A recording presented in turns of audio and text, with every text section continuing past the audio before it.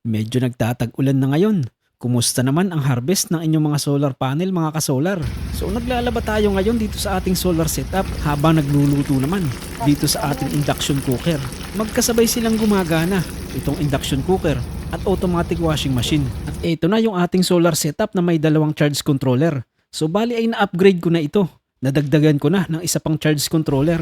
Ito naman yung battery na pinalitan natin ng JKBMS. Nasa 54% na yung kanyang state of charge. At talaga nga palang napakagandang mag-balance ng mga cell itong JKBMS. Hindi ka talaga magsisisi kapag ito ang ginamit mo. Ang ginamit nating mga charge controller ay SRNE MA series, isang 60 ampere na ang nakakonect dito ay tatlong 500 watts na solar panel. At itong isa na may 30 amperes na capacity. Ang nakakabit naman dito ay dalawang 275 watts na solar panel. Dalawang charge controller yung ginamit natin dito dahil magkakaiba yung wattage ng mga solar panel natin. At magkaiba rin ang orientation sa bubong. So bali tatlong 500 watts, ang total niya ay 1,500 watts na solar panel. At dito sa kabila ay dalawang 275 watts, ang total niya ay 550 watts na panel. So bali ay mahigit din sa 2,000 watts ang kabuuan nitong ating mga panel. At ito naman yung average na nahaharvest ng tatlong 500 watts na solar panel, 1.1 kilowatts. At dito naman sa dalawang 275 watts na solar panel ay uma-average ng 500 watts. Yan ay kung laging maganda ang panahon at hindi maulan.